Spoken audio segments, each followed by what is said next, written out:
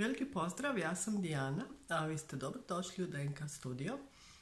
Danas ću pričati o 3 mala, ali vrijedna koraka koja možete napraviti da odmah isti tren smanjite osjećaj stresa.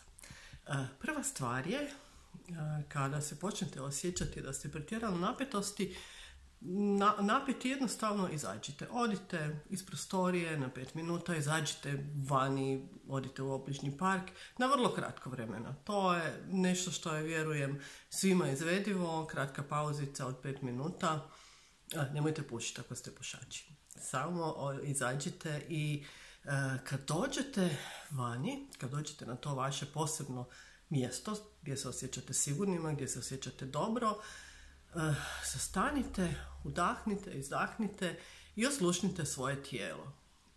Obratite pažnju na to gdje u tijelu osjećate napetost, kako je osjećate, da li je napetost u vašem nervnom sustavu, da li ste nervozni, da li vaše tijelo samo inicijativno kreće u kakvo kretanje. Ako kreće, dozvolite, to je zdrava stvar.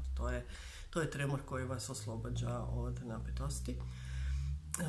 I kad ste tako osvijestili se, proučili iznutra svoje tijelo, krećemo na drugi korak. Drugi korak je da pokušate detektirati što je to što vas čini nervoznim. To je vjerojatno kontinuirano jedna te ista šema, jedan te isti pattern događaja, jedan te isti tip događaja ili tip ljudi koji vas uzrujavaju.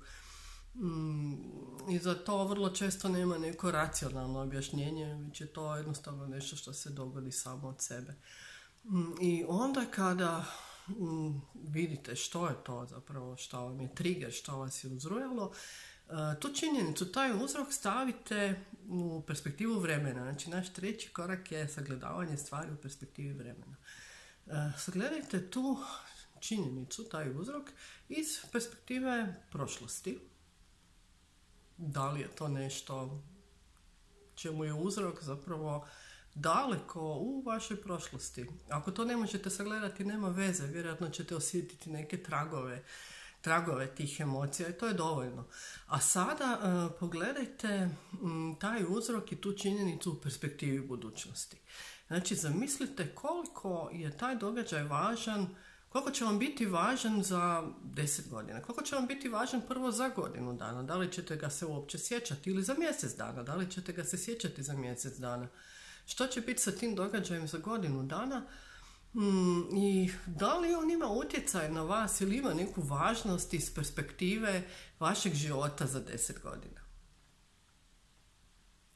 Eto, sa ova 3 kratka koraka možete zapravo svaki osjećaj napetosti, svaki osjećaj stresa, svaki uzrok koji vas redovito diže život staviti u jednu perspektivu iz koje će taj događaj dobiti svoju pravu važnost. I većina događaja će završiti u kategoriji nevažnih.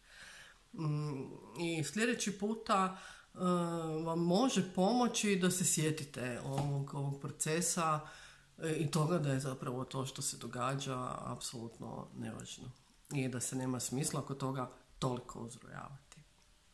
Eto, lijepi pozdrav, vidimo se sljedeći puta.